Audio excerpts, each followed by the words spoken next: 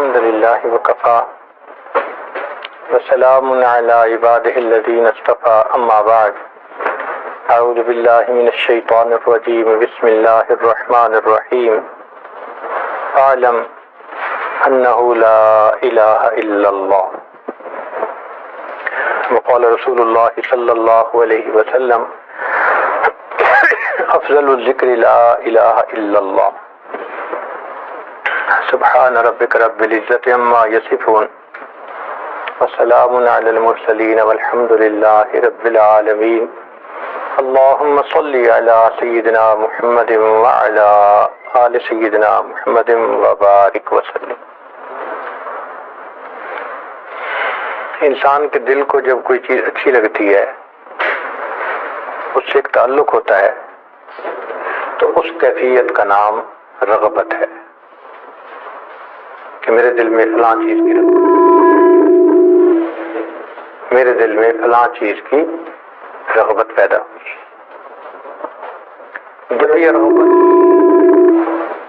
جب یہ رغبت اور مضبوط ہوتی ہے تو پھر اس کیفیت کو طلب کہتے ہیں کہ میرے دل میں فلاں چیز کی طلب پیدا ہوئی۔ رغبت کا تعلق صرف اچھا لگنے سے تھا، طلب کا تعلق اس کو پانے کے ساتھ ہے، تو یہ اس سے اوپر کی کیفیت ہے۔ اور طلب اگر بڑھ جائے تو پھر ایک اور کیفیت بنتی ہے جس کو محبت کہتے ہیں۔ طلب پانے کو دل چاہتا ہے، محبت میں اس کے بغیر گزارا نہیں ہوتا، بس بن چین نہیں آتا، اس کیفیت کو محبت کہتے ہیں۔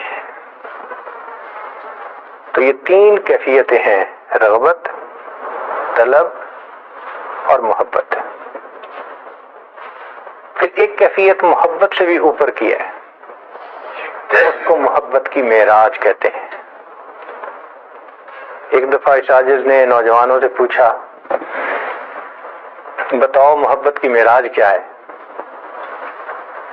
کسی نے کہا محبوب کی خاطر جان لٹا دینا، مال لٹا دینا، پہاڑ سے چھلانگ لگا دینا، سب نے نوجوانوں والی باتیں کی۔ پھر وہ کہنے لگے جی آپ بتا دیں۔ تو پھر اس عاجز نے ان سے کہا کہ دیکھو محبت کی معراج یہ ہے کہ محبت دل میں کسی کی اتنی بڑھے اتنی بڑھے اتنی بڑھے کہ محب مجبور ہو کر اپنا سر اپنے محبوب کے قدموں پر رکھ دے، یعنی اپنے محبوب کو اپنا معبود بنا لے۔ یہ محبت کی معراج ہے۔ اب ذرا غور کیجئے کہ ہم جب پڑھتے ہیں لا الہ الا اللہ تو ہم اللہ تعالیٰ سے ایک عہد کر رہے ہوتے ہیں کہ اے اللہ، جو محبتوں کی اعلیٰ ترین کیفیت ہے نا ہمارے دل میں، وہ فقط آپ کی ذات کے لیے ہے۔ یہ کوئی چھوٹی سی بات نہیں ہے۔ لا الہ الا اللہ کہنا، اس کی اہمیت دیکھیے۔ ایک بہت بڑا عہد کر رہے ہوتے ہیں ہم اللہ تعالیٰ سے، ایک وعدہ کر رہے ہوتے ہیں اللہ تعالیٰ سے کہ اللہ میرے دل میں محبتوں کی جو انتہا ہوگی وہ فقط آپ کے لیے ہوگی۔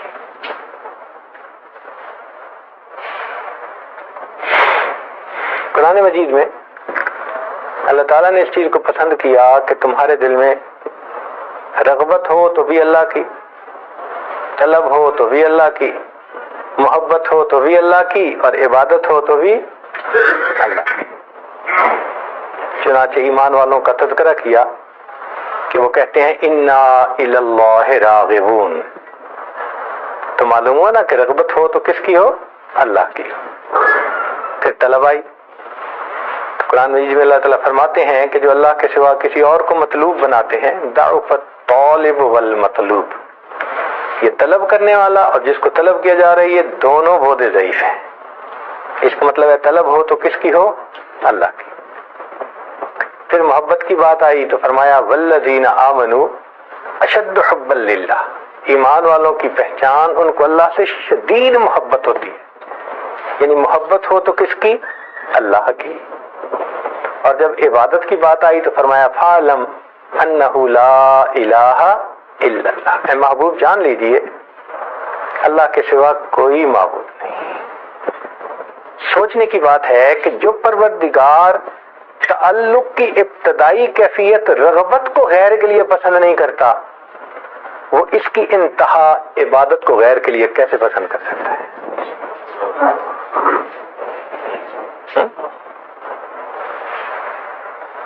اس لیے فرمایا کہ جان لو کہ عبادت فقط اللہ رب العزت ہی کا حق ہے،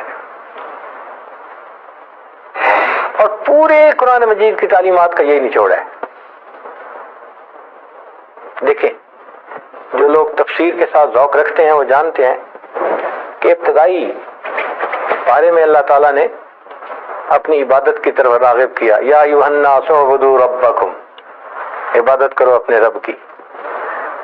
تو یہاں متوجہ کر دیا، شب کو چھوڑو، سب کی نفی کرو، رب کی عبادت کرو۔ پھر جب تھوڑا آگے بات بڑھی تو پھر مدعا بیان کر دیا، فرمایا وَإِلَٰهُكُمْ إِلَٰهٌ وَاحِدٌ، یہ ایک مقصد بیان کر دیا۔ جیسے کوئی بیان کرتا ہے نا تو وہ تمہید کرنے کے بعد اصل مقصد بتا دیتا ہے، تو قرآن مجید میں اللہ تعالیٰ نے مقصد بتا دیا کہ اس قرآن کا مقصد، اس دین کا مقصد، شریعت کا مقصد کیا ہے، وَإِلَٰهُكُمْ إِلَٰهٌ وَاحِدٌ۔ پھر آگے تفصیل بتاتے رہے کہ دیکھو جن قوموں نے مانا یہ ہوا، نہیں مانا ان کے ساتھ یہ ہوا، کرتے کرتے پھر درمیان میں سبق یاد دلایا، فرمایا فَعْلَمْ أَنَّهُ لَا إِلَٰهَ إِلَّا اللَّهُ۔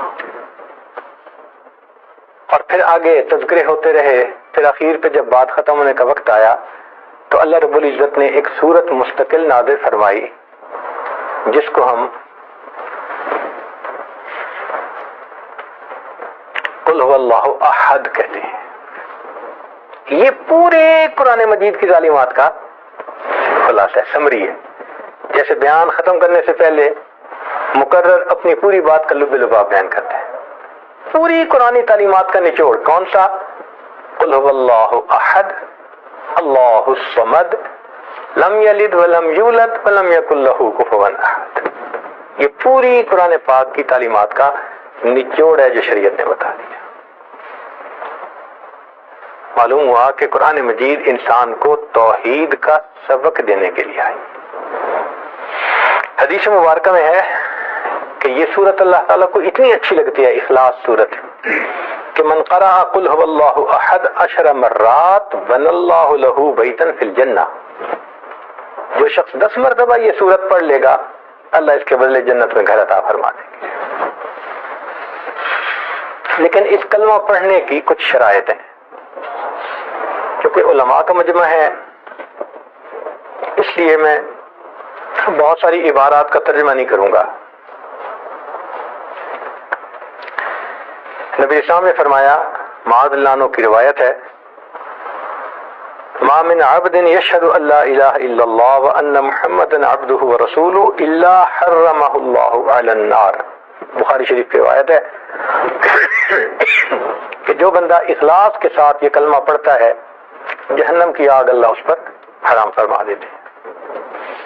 عتبان بن مالک اللہ عنہ کی روایت ہے، ان اللہ حرم علی النار من قال لا الہ الا اللہ یبتغی بہا وجہ اللہ۔ اب ان احادیث میں کلمہ پڑھنے کا تذکرہ تو ہے، مگر ایک شرط بھی ہے ساتھ کہ مقصود اللہ کی رضا ہو، مقصود اللہ کی رضا ہو۔ چنانچہ ایک حدیث میں فرمایا، من قال لا الہ الا اللہ مخلصا دخل الجنہ۔ ایک صحابی نے پوچھا کہ علم ما اخلاص ہوا، اللہ کے حبیب اخلاص کیا ہے؟ فرمایا کہ یہ کلمہ تجھے گناہوں سے روک دے، یہ اخلاص ہے کلمے کا۔ ایک حدیث پاک میں آیا مستیقناً، یقین کے ساتھ کلمہ پڑھے۔ ایک میں بصدق لسان ہی کا لفظ بھی ہے۔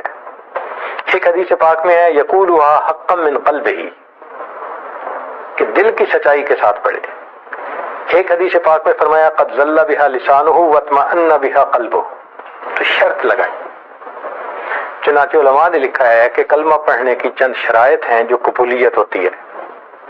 پہلی، یقین کے ساتھ پڑھنا۔ فَاعْلَمْ أَنَّهُ لَا إِلَهَ إِلَّا اللَّهُ. دوسرا ہے علم ہو کہ میں پڑھ کیا رہا ہوں، یہ بھی نہیں کہ پتہ ہی نہیں میں عبارت کیا پڑھ رہا ہوں اور لغت غریب سمجھ کے عبارت کوئی پڑھ لے، وہ نہیں کلمہ قبول ہوتا. اس کو پتہ ہونا چاہیے کہ میں کیا کہہ رہا ہوں. اس لیے فرمایا فَاعْلَمْ أَنَّهُ لَا إِلَهَ إِلَّا اللَّهُ، علم ہونا ضروری. پھر یقین کے ساتھ پڑھے انما المؤمنون الذین آمنوا باللہ ورسولہ ثم لم یرتابوا، شک نہ ہونا، یقین کے ساتھ پڑھنا. پھر قبول اجعل الآلہۃ الہا واحدہ ان ھذا لشیء عجاب. پھر انقیاد و استسلام ضروری، وانیبوا الی ربکم واسلموا لہ. پھر صدق ضروری، سچائی دل کی، والذی جاء بالصدق وصدق بہ. اخلاص ضروری، مخلصین لہ الدین. اور پھر یہ کہ محبت ضروری، کہ ایسا کلمہ پڑھے کہ اللہ کی محبت سب محبتوں کے اوپر غالب آ جائے. تو میں قل ان کان آباؤکم وابناؤکم واخوانکم وازواجکم وعشیرتکم واموال اقترفتموها وتجارۃ تخشون کسادها ومساکن ترضونها. سبحان اللہ، ساری چیزوں کا نام لے کر کہا اگر یہ ساری چیزوں کی محبت احب الیکم من اللہ ورسولہ وجہاد فی سبیلہ فتربصوا حتی یأتی اللہ بامرہ. تو لب لباب بتا دیا کہ ہم چاہتے ہیں کہ ہماری محبت تمام محبتوں پر غالب ہو. تو عرب ہے یا عجم ہے تیرا لا الہ الا. تو عرب ہے یا عجم ہے تیرا لا الہ الا. لغت غریب جب تک تیرا دل نہ دے گواہی، جب تک دل گواہی نہ دے، یہ لا الہ الا کے الفاظ لغت غریب کی مانند ہے. تو دل تصدیق کرے کہ میں اپنے اللہ کو اپنا محبوب حقیقی بنا رہا ہوں، معبود حقیقی بنا رہا ہوں. میں اللہ کی محبت میں کسی غیر کو شریک نہیں کروں گا. چنانچہ قرآن مجید میں اس کلمے کے بہت فضائل ہیں. اس کو کلمۃ طیبہ کہا. ضرب اللہ مثلا کلمۃ طیبۃ کشجرۃ طیبہ. اس کو کلمۃ التقوی کہا. وعلمہم کلمۃ التقوی وکانوا احق بها واہلها. اس کو کلمۃ الحق کہا. وجعلها کلمۃ باقیۃ فی عاقبہ لعلہم یرجعون. اس کو عہد کہا گیا. فرمایا لا یملکون الشفاعۃ الا من اتخذ عند الرحمن عہدا. تو جو کلمہ پڑھتا ہے اس کا اللہ سے ایک عہد ہو جاتا ہے، اللہ کے ساتھ ایک ایگریمنٹ ہو جاتا ہے. اس کو حسنہ کہا. فَأَمَّا مَنْ آتَى وَصَدَّقَ وَاتَّقَى وَصَدَّقَ بِالْحُسْنَى. پھر هِيَ الْحَسَنَةُ مَنْ جَاءَ بِالْحَسَنَةِ فَلَهُ خَيْرٌ مِّنْهَا. اس کو عروۃ الوثقی کہا. فَقَدْ اسْتَمْسَكَ بِالْعُرْوَةِ الْوثقى. اس کو قول ثابت کہا. يُثَبِّتُ اللَّهُ الَّذِينَ آمَنُوا بِالْقَوْلِ الثَّابِتِ. اور ایک اس کی فضیلت یہ بھی ہے کہ اللہ تعالیٰ قیامت کے دن اسی کی وجہ سے انسان کو اپنا دیدار فرمایا. للذین احسنوا الحسنى وزیادہ. اس کو حسنہ کہا. اور اسی کے لیے اللہ نے رسولوں کو بھیجا صرف کلمے کو دینے کے لیے. وما ارسلنا من قبلک من رسول الا نوحی الیہ انہ لا الہ الا انا فاعبدون. کیا بات ہے، سبحان اللہ. اے محبوب آپ سے پہلے جتنے انبیاء آئے سب کا ایک ہی مقصد تھا، کیا؟ کہ انہ لا الہ الا انا فاعبدون. حدیث مبارکہ میں بھی اس کلمہ طیبہ کی بہت فضیلت ہے. چنانچہ انسان دنیا میں آتا ہے، کلمے سے اس کا استقبال کیا جاتا ہے. کیسے کہ بچے کے کان میں اذان اور اقامت کہی جاتی ہے، اور کان میں اذان دیتے ہوئے ہم کیا کہہ رہے ہوتے ہیں؟ اشہد ان لا الہ. اقامت کہتے ہوئے بھی یہی. تو بچے کو استقبال ہی اس کلمے کے ساتھ ہوتا ہے. اور یہ افضل الذکر ہے جیسے حدیث پڑھی گئی. اور افضل ما قالہ النبیون، انبیاء نے جو کہا اس میں سے سب سے افضل جو بات انہوں نے کہی وہ یہ تھی لا الہ الا اللہ. چنانچہ حدیث پاک ہے کہ نبی اسلام نے فرمایا کہ بہترین دعا یوم عرفہ کی دعا ہے. وخیر ما قلت وانا والنبیون قبلی لا الہ الا اللہ وحدہ لا شریک لہ. فی پھر یہ احسن الحسنات ہے. چنانچہ ایک صحابی کہتے ہیں ابو ذر رضی اللہ عنہ کہ میں نے پوچھا اے اللہ کے وسلم لا الہ الا اللہ من الحسنات، کہ لا الہ الا اللہ پڑھنا یہ نیکیوں میں سے ہے؟ قال ہے یا احسن الحسنات، یہ نیکیوں میں سے بہترین نیکی ہے اور شعب الایمان میں سب سے اعلیٰ نمبر اسی کا.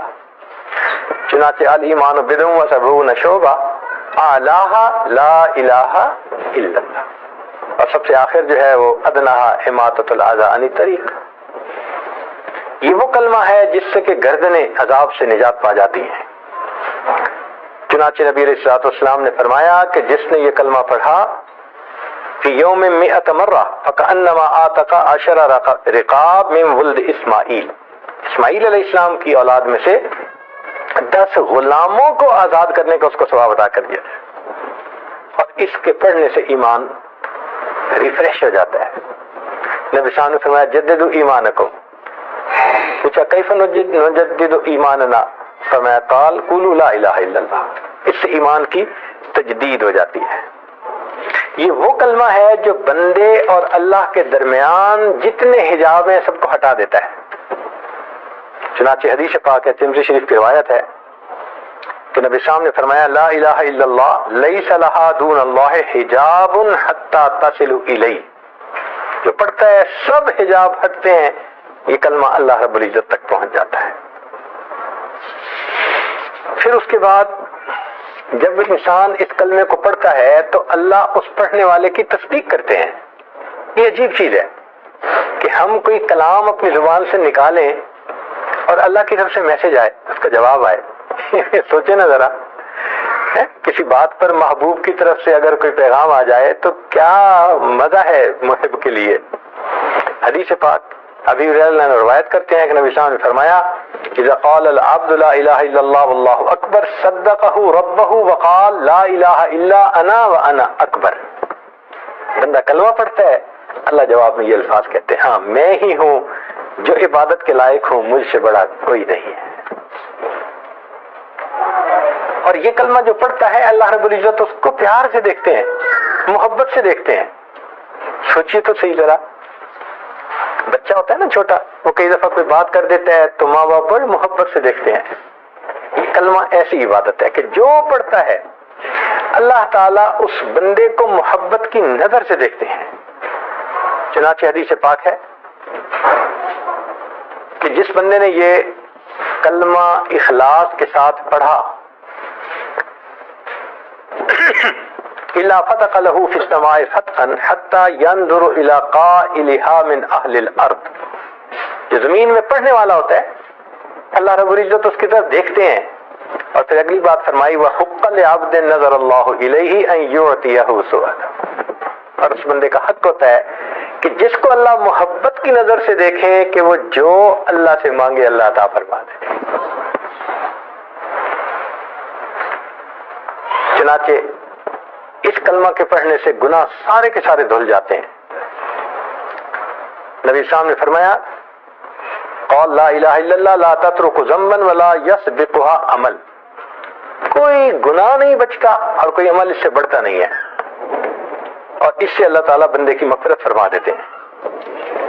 نبی صاحب نے فرمایا صحابہ کو کلمہ پڑھو تو فرمایا ابشروا فإن اللہ قد غفر لکم، اللہ نے تمہارے گناہوں کو معاف کر دیا.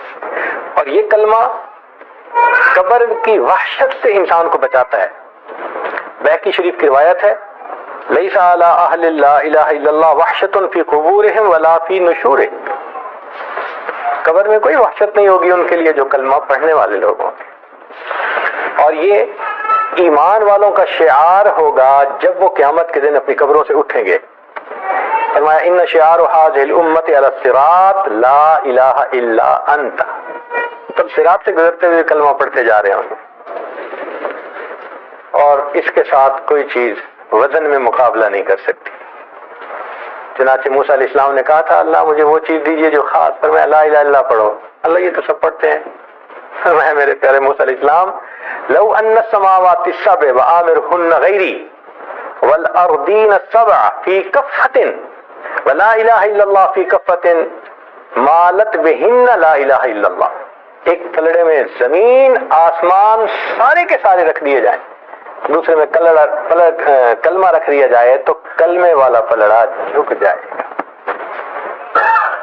اور یہ جنت کی قیمت ہے، یہ ثمن الجنہ.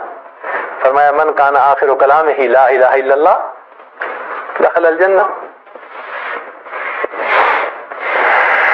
حدیث پاک میں ہے نبی صاحب نے فرمایا من قال اشہد ان لا الہ الا اللہ وحدہ لا شریک لہ وان محمدا عبدہ ورسولہ وان عیسیٰ عبد اللہ وابن امتہ وکلمتہ القاها الى مریم وروح منہ وان الجنة حق وان النار حق ادخلہ اللہ الجنة من ای ابواب الجنة الثمانیة شاء.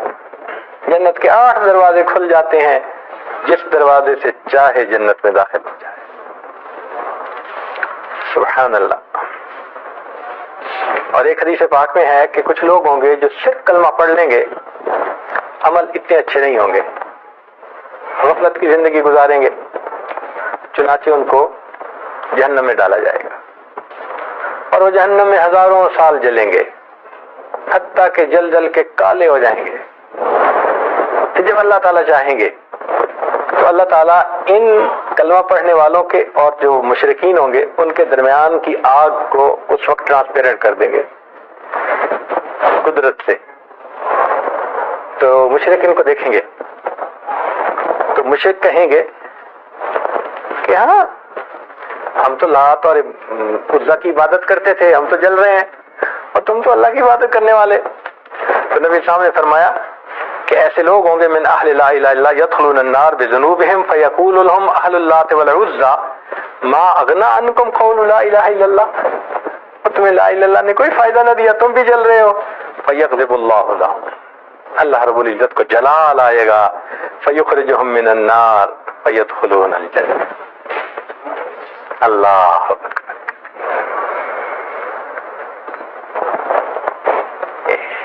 اب یہ فضائل آپ نے وہ سنے جو علماء کی کتابوں میں ہے، اب ذرا وہ بھی سن لیجیے جو ہمارے مشائخ کی کتابوں میں، شاید وہ آپ کے لیے کچھ نئی بات ہوگی.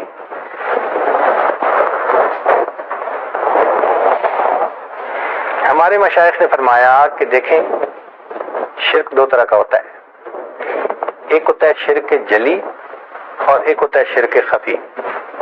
شرک جلی تو یہ ہے بت کی پوجا کرنا، قبر کو سجدے کرنا، درخت کی پوجا کرنا، جیسے ہندو اور غیر لوگ کرتے ہیں، اللہ کے ساتھ شریک بناتے ہیں. یہ شرک جلی کہلاتا ہے، یہ بھی حرام ہے. اور ایک ہے شرک خفی.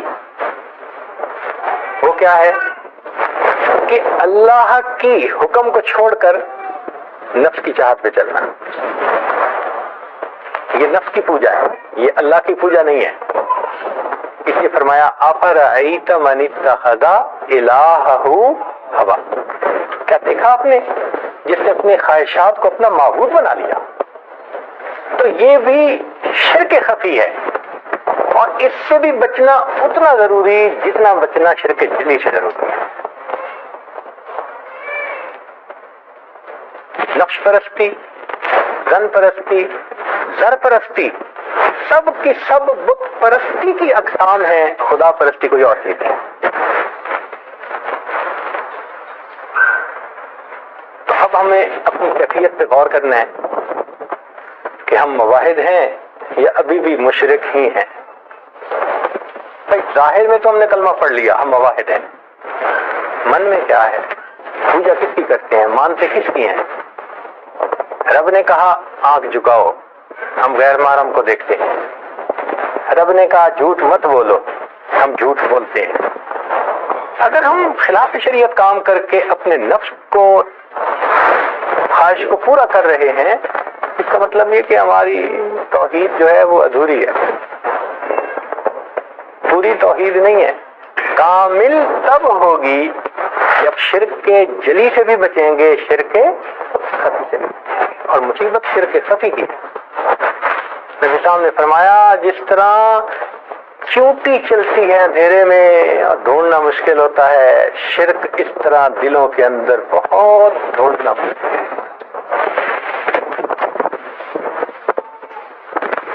تو ہمیں اس پر محنت کرنی ہے اب کہ ہمارے دلوں میں ایمان اتنا مضبوط ہو جائے، مضبوط سے اثبت ہو جائے کہ ہر حال میں ہم اللہ کی فرمانبرداری کرنے والے بن جائیں، نفس کی پوجا نہ کریں۔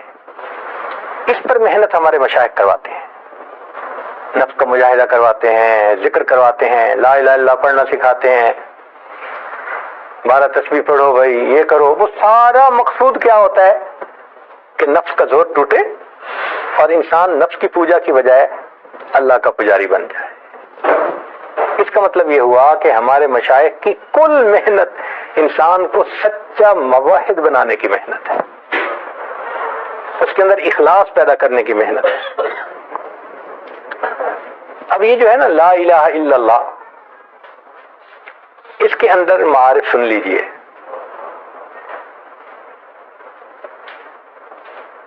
کہنا تو آسان ہے لا الہ الا اللہ، نہیں کوئی معبود سوائے اللہ کے، مگر اس مقام میں جو کمال ملا وہ حضرت ابراہیم علیہ السلام کو ملا۔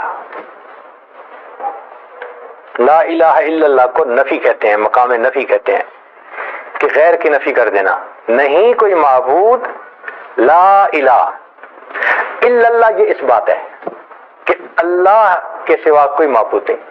تو یہ 4 لفظ ہیں، مگر ان میں پہلے 2 الفاظ جو ہے نا کہ اللہ کسی کو رب نہ ماننا، کسی کو معبود نہ ماننا، یہ بہت مشکل کام، بہت مشکل کام ہے۔ ہر چیز کی نفی کرنا، اس میں نفس بھی شامل ہے، اس کی بھی نفی کریں۔ اس میں اگر کمال حاصل ہوا تو کس کو ہوا؟ ابراہیم خلیل اللہ کو حاصل ہوا، اور اس کی دلیل قرآن عظیم الشان میں سے اللہ تعالیٰ فرماتے ہیں ان ابراہیم کان امہ قانتا للہ حنیفا ولم یک من دوسری جگہ فرمایا وما کان من المشرکین، دلوں کے بھید جاننے والے پروردگار جس کے بارے میں یہ خود فرما دے وما کان من المشرکین، اس سے بڑی سند کون سی ہو سکتی ہے؟ یہ مہر ہے ابراہیم علیہ السلام کے اس ایمان پر کہ واقعی ان کو مقام نفی میں کمال حاصل تھا، انہوں نے اللہ کے ساتھ کسی کو شریک نہیں کیا۔ تو مقام نفی میں کمال اس دنیا میں کس کو حاصل ہوا؟ ابراہیم علیہ السلام۔ اس لیے اللہ نے پھر ان کو اپنا خلیل بنایا۔ خلیل کہتے ہیں دوست کو، قرآن مجید میں اور احادیث میں یہ لفظ استعمال ہوا ہے، چنانچہ جو لوگ دنیا میں بروں کو دوست بنا لیتے ہیں قیامت کے دن پچھتائیں گے، یا لیتنی اتخذت مع الرسول سبیلا یا ویلتا لیتنی لم اتخذ فلانا، تو دیکھا دوست حدیث پاک میں بھی ہے کہ نبی علیہ السلام نے فرمایا کہ اگر میں نے دنیا میں کسی کو دوست بناتا ہوتا لئن اتخذت ابا بکر خلیلا، میں ابو بکر کو اپنا دوست بناتا، میرا دوست فقط اللہ ہے۔ اور ایک حدیث پاک میں ہے کہ نبی صاحب نے فرمایا المرء علی دین خلیلہ فلینظر احدکم من یخالل، تو خلیل سے مراد کیا ہے؟ دوست ہوتا ہے۔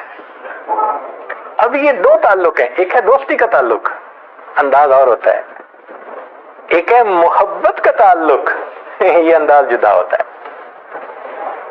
دوست جو ہوتا ہے نا اس کو انسان آزماتا ہے، وہ یہ دوستی میں سچا ہے یا نہیں، دیکھتا ہے، ججمنٹ کرتا ہے کہ یہ دوستی میں پکا ہے یا نہیں۔ تو ابراہیم علیہ السلام کو دیکھو اللہ نے کیسے آزمایا، عجیب، سبحان اللہ۔ فرمایا وَإِذِ ابْتَلَىٰ إِبْرَاهِيمَ رَبُّهُ بِكَلِمَاتٍ، اللہ نے ابراہیم علیہ السلام کو کئی باتوں میں آزمایا، فَأَتَمَّهُنَّ 100% کامیاب ہو گئے، 100%، فَأَتَمَّهُنَّ کا یہ معنی ہے۔ تو آزمائش تو آئی نا، کیا آزمائش آئی؟ اچھا تمہارے گھر والے مشرک ہیں، بت فروش ہیں، گھر کو چھوڑ دو۔ اچھا ابو جان میں گھر سے جا رہا ہوں، کوئی گھر چھوڑنا آسان ہوتا ہے؟ گھر کو چھوڑ دیا۔ پھر آگے آئے، قوم ساری کی ساری مشرک ہے، اب قوم کو بھی بتانا تھا کہ میں تمہارے ساتھ نہیں ہوں۔ قوم نے کہا وہ چلتے ہیں، ذرا ایک فنکشن ہے، تو میں نہیں سکیں، میری طبیعت یہ ٹھیک نہیں ہے، یہ تمہارے شرک والی باتیں میرے دل کو بہت پریشان کرتی ہیں، تو میں ٹھیک نہیں ہوں، میں نہیں جاؤں گا۔ وہ چلے گئے، پیچھے ان کے بت تھے، فجعلہم جذاذا الا کبیرا، ایک بڑے کی بجائے سب کے ٹکڑے کر دیے، بڑے کے کندھے پہ کلاڑا ڈال دیا۔ قوم آ گئی، انہوں نے جب بتوں کا حال دیکھا کہنے لگے فانصروا آلہتکم، اپنے معبودوں کی مدد کرو۔ کیا عقل پہ پٹی پڑ جاتی ہے کہ خود کہتے ہیں اپنے معبودوں کی مدد کرو، یہ تمہارے معبود کیسے ہوئے، کس کام کے معبود؟ کہنے لگے یہ کس نے کیا ہوگا؟ کہنا سمعنا فتى یذکرہم یقال لہ ابراہیم، ایک نوجوان ابراہیم نام تھا، اس سے ہم نے تذکرے سنے تھے، وہ ان کی مخالفت کرتا تھا، اس کو پکڑو۔ ابراہیم السلام کو پکڑ لیا گیا، پوری قوم نے کہا حرقوہ، اس کو آگ میں جلا دو۔ جب انسان لاجواب ہو جاتا ہے نا تو پھر زبان سے کچھ نہیں کہہ سکتا، پھر ہاتھا پائی اور اس چیز پہ اتر آتا ہے۔ تو قوم نے کہا جی آگ میں جلاؤ۔ لو جی ابراہیم علیہ السلام کو آگ میں جلانے کے لیے تیاری شروع ہوئی، ایک ڈیٹ فکس کی گئی۔ اس زمانے کی عورتیں اپنی مرادیں بتوں سے مانگتی تھیں تو کہتی تھیں میرا بیٹا ہوگا، ابراہیم کی آگ میں اتنے من لکڑی ڈال کے آؤں گی۔ پہاڑ بن گیا ایک لکڑی کا، آگ لگائی گئی، اتنی آگ تھی کہ کوئی قریب نہیں جا سکتا تھا۔ تو کہا گیا اچھا ایک جھولا بناتے ہیں، ابراہیم علیہ السلام کو جھولے میں بٹھا کے دور سے پھینک دیں گے آگ میں۔ ابراہیم علیہ السلام آگ کو آنکھوں سے دیکھ رہے ہیں، جھولے میں بیٹھنا پڑا۔ تو دیکھو دوست کی خاطر قربانی کتنی دینی پڑی، پہلے بھی تو قربانیاں دے کے آئے تھے، گھر چھوڑا تھا، پھر بیوی کو چھوڑا ایک جگہ، پھر بیوی اور بچے کو حرم شریف میں آ کے چھوڑا اکیلا، بواد غیر ذی زرع، پھر بچے کی قربانی مانگی، اس کو کرو قربان، کتنی قربانیاں مانگی، اور ایک وقت آیا کہ فرمایا اچھا اپنے آپ کو بھی کرو قربان میرے نام پہ، اس کے لیے بھی تیار۔ مفسرین نے لکھا ہے کہ جب ابراہیم علیہ السلام جھولے سے پھینکے گئے تو ابھی آگ کی طرف جب جا رہے تھے تو جبریل علیہ السلام نے اللہ رب العزت سے پوچھا اے اللہ آپ نے میری ڈیوٹی لگائی ہوئی ہے کہ میں آپ کے انبیاء کی مدد کروں، تو اگر اجازت ہو تو میں ابراہیم کی مدد کروں؟ فرمایا جاؤ دیکھو کیا کہتا ہے۔ جبریل علیہ السلام آئے، اللہ کا حاجہ what can I do for you، میں آپ کے لیے کیا کر سکتا ہوں؟ تو اس وقت ابراہیم علیہ السلام نے مقام نفی میں کمال کا ثبوت پیش کر دیا کہ عالم ناسوت کے تو سب اسباب کو منع کر ہی چکے تھے، اب عالم ملکوت کا سبب تھا، فرشتے آئے تھے، میں مدد کر سکتا ہوں؟ فرمایا کہ اللہ جانتے ہیں کہ میں اس حال میں ہوں؟ انہوں نے کہا کہ ہاں اللہ جانتے ہیں۔ فرمایا حسبی سؤالی علمہ بحالی، کہ یہ جو علم ہے نا کہ اللہ کو میرے حال کا پتہ ہے کہ میں گر رہا ہوں، اس علم نے مجھے تجھ سے سوال کرنے سے منع کر دیا ہے۔ جب محبوب جانتے ہیں میں اس حال میں ہوں تو میں تم سے کیا مدد مانگوں؟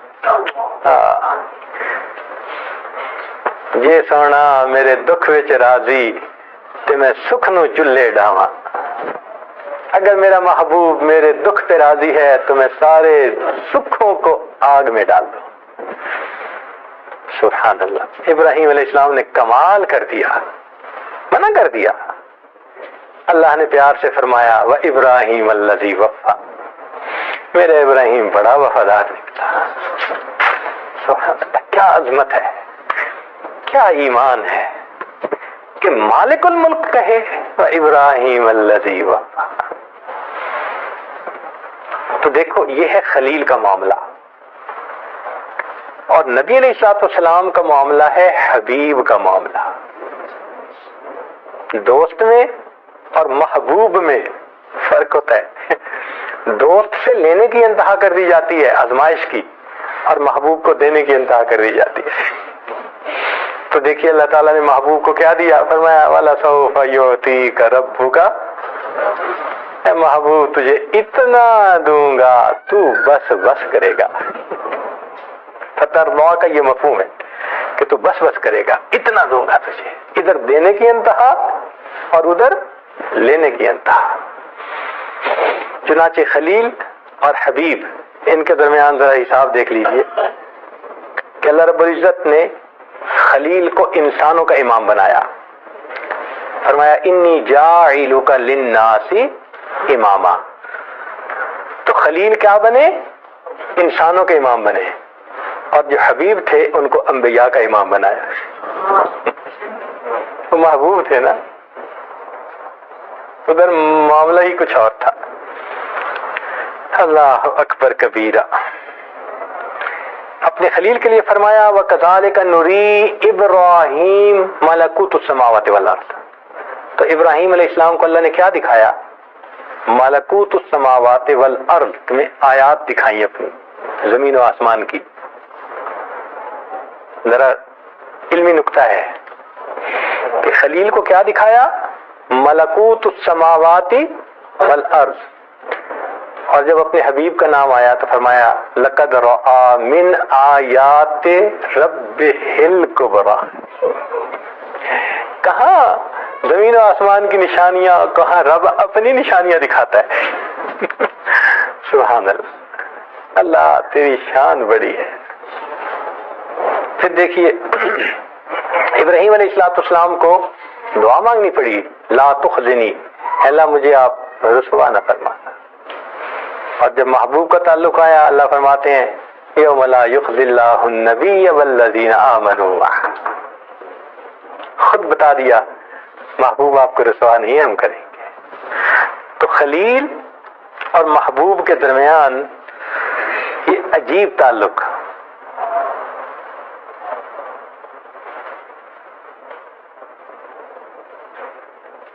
اس لیے نبی علیہ السلام جب معراج پر تشریف لے گئے تو حدیث پاک میں ہے کہ نبی السلام کو اللہ رب العزت نے فرمایا یا محمد صل تو عطا، اے محبوب صلی اللہ علیہ وسلم مانگیے آپ کو عطا کیا جائے گا۔ فقال، نبی السلام نے جواب دیا رب انک اتخذت ابراہیم خلیلا، اے اللہ آپ نے تو ابراہیم علیہ السلام کو اپنا خلیل بنا لیا۔ فقال، اللہ نے فرمایا الم اوتک خیرا منہا، کیا میں نے آپ کو اس سے بہتر نہیں درجہ دیا؟ کیا؟ واتخذتک حبیبا، اے محبوب میں نے آپ کو اپنا حبیب بنا لیا۔ اسی حدیث پاک میں ہے کہ نبی السلام نے فرمایا الا وانا حبیب اللہ ولا فخر، میں اللہ کا حبیب ہوں اور مجھے اس بات پہ کوئی فخر نہیں ہے۔ تو نبی علیہ السلام اللہ کے حبیب اور ابراہیم علیہ السلام اللہ کے خلیل۔ اب ذرا نکتہ سمجھیے کہ ابراہیم خلیل اللہ کو مقام نفی میں کمال حاصل ہوا، لا الہ میں کمال حاصل ہوا، انہوں نے کسی کو اللہ کا شریک نہیں بنایا، اللہ نے فرما دیا وما کان من المشرکین۔ تو مقام نفی میں اس دنیا میں اگر کمال حاصل ہوا تو کس کو ہوا؟ باقی سب کا ایمان مضبوط ہوگا، مگر جس کی تصدیق رب کر دے کہ یہ مشرک نہیں تو درجہ تو اس کا بڑھ گیا نا۔ تو ابراہیم خلیل اللہ کو مقام نفی میں کمال حاصل ہوا، یہ خلیل کا رتبہ تھا۔ اب ذرا حبیب کا رتبہ دیکھیے کہ اللہ رب العزت نے اپنے محبوب صلی اللہ علیہ وسلم کو مقام نفی میں بھی کمال عطا فرمایا اور مقام اثبات میں بھی کمال عطا فرمایا۔ یہ عجیب نکتہ ہے کہ مقام نفی میں بھی کمال عطا فرمایا اور مقام، اس لیے کہ پہلے انبیاء کا جتنا بھی ایمان تھا وہ سب غائب تھا۔ غائب جتنا بھی ہو جائے وہ مشاہدے کے برابر تو نہیں ہوتا نا۔ خود نبی السلام نے ایک حدیث پاک میں فرمایا الشاہد یرا ما لم یرا الغائب، غائب وہ نہیں دیکھ سکتا جو حاضر دیکھتا ہے۔ نبی علیہ السلام نے خود ارشاد فرمایا لیس الخبر کالمعائنہ، دیکھنا اور چیز ہوتی ہے، سننا اور چیز ہوتی ہے۔ تو باقی سارے انبیاء کا جو ایمان تھا وہ سنا ہوا تھا کہ اللہ نے فرمایا ہے، اس لیے ہم تصدیق کرتے ہیں کہ ہم اللہ پہ ایمان رکھتے ہیں۔ وہ غائب معاملہ تھا سارے انبیاء میں۔ ایک نبی علیہ السلام کو اللہ نے یہ درجہ دیا، اس زندگی میں معراج پر بلا کر اللہ نے اپنا دیدار کروایا۔ اب یہ دیدار کا جو کمال ہے نا، یہ اس بات کا کمال ہے، اس میں اللہ کے حبیب صلی اللہ علیہ وسلم کا امتیاز ہے، اس میں کوئی اور نبی ان کے ساتھ شریک نہیں ہے۔ یہ مقام اس بات مومن کو جنت میں حاصل ہوگا، جب ایمان والے جنت میں جائیں گے نا اور اللہ کا دیدار کریں گے، مومن کو یہ مقام اس بات وہاں نصیب ہوگا۔ مگر اللہ نے اپنے محبوب صلی اللہ علیہ وسلم کو یہ نعمت جو مومنوں کو یا انبیاء کو جنت میں ملنی تھی، اپنے محبوب کو اسی دنیا میں عطا فرمایا۔ تو اب نبی علیہ الصلوۃ والسلام کو اللہ نے مقام نفی میں بھی کمال عطا فرمایا اور مقام اس بات میں بھی کمال ہے، جو اس بات آپ کا ہے کہ آنکھوں سے دیکھا ہے نا، معراج حاصل ہوا نا، سبحان اللہ، وہ دوسرے کو تو حاصل نہیں ہو سکتا۔ تو اب ذرا فرق دیکھیے کہ خلیل کو کمال حاصل ہوا مقام نفی میں، اور حبیب کو مقام حاصل ہوا مقام نفی میں بھی اور مقام اس بات میں بھی، درجہ اوپر چلا گیا۔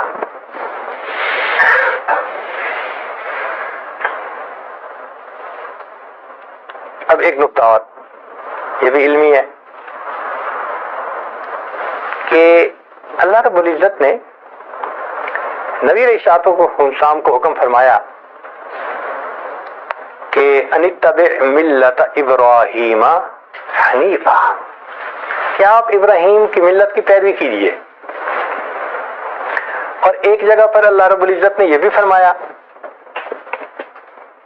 ہاں کہ ابراہیم کی پیروی کیجیے، اور نبی علیہ الصلوۃ والسلام نے نماز میں جو درود شریف سکھایا، اس پر درود شریف میں کس پیغمبر علیہ السلام کا تذکرہ ہے؟ اللہم صلی علی محمد وعلی آل محمد کما۔ تو اس سے پتہ چلتا ہے کہ کوئی چیز ایسی تھی جو ابراہیم علیہ الصلوۃ والسلام کی تھی، جس کو محبوب بھی چاہتے تھے، وہ کیا چیز ہے؟ عمر ساری تو نماز پڑھتے رہے، نقطہ آج سمجھ میں آئے گا۔ اس کو امام ربانی مجد لسانی رحمۃ اللہ علیہ نے اپنے مکتوبات میں کھولا ہے۔ وہ فرماتے ہیں کہ دیکھو، ایک ہوتی ہے محبیت، محب ہونا، ایک ہوتی ہے محبیت کہ کسی کا عاشق ہونا۔ اس عشق میں کمال حضرت موسیٰ علیہ السلام کو حاصل تھا، انبیاء میں سے ان کو یہ اعزاز ملا، محبت میں آگے نکل گئے۔ محب بھی ہے نا جو کہہ دیتا ہے رب یارنی انظر الیک، کہا نہیں جا رہا، اللہ کو دیکھنا چاہتا ہوں، یہ کوئی چھوٹا سا کلام تو نہیں ہے نا، اور ایک نبی علیہ السلام کی زبان سے نکل رہا ہے، ایسی شخصیت، بزرگ شخصیت کی زبان سے۔ اس کا مطلب ہے کہ محبت کا جوش ایسا تھا، اللہ دیکھنا چاہتا ہوں۔ تو محبیت میں کمال کس کو حاصل ہوا؟ حضرت موسیٰ علیہ السلام کو۔ اور ایک ہے محبوبیت۔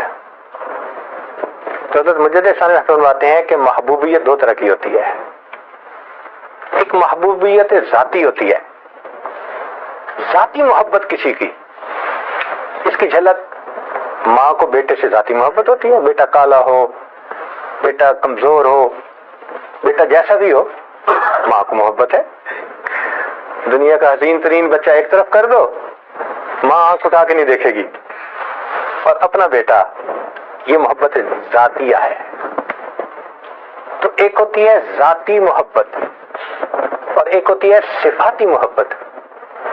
صفاتی محبت کسے کہتے ہیں؟ کہ کسی کی عادتوں کی وجہ سے اس کو پسند کرے بندہ۔ ایک بچہ ہے، خوبصورت بھی ہے، وہ بڑی پیاری باتیں بھی کرتا ہے، اب اس میں محبوبیت صفاتی آ گئی۔ ویسے تو تعلق نہیں تھا، بلڈ نہیں تھا وہ، مگر اس کی باتوں نے اس کو محبوب بنا دیا۔ تو محبوبیت کے دو پہلو ہیں، ایک ہوتی ہے محبوبیت ذاتی اور ایک ہوتی ہے محبوبیت صفاتی۔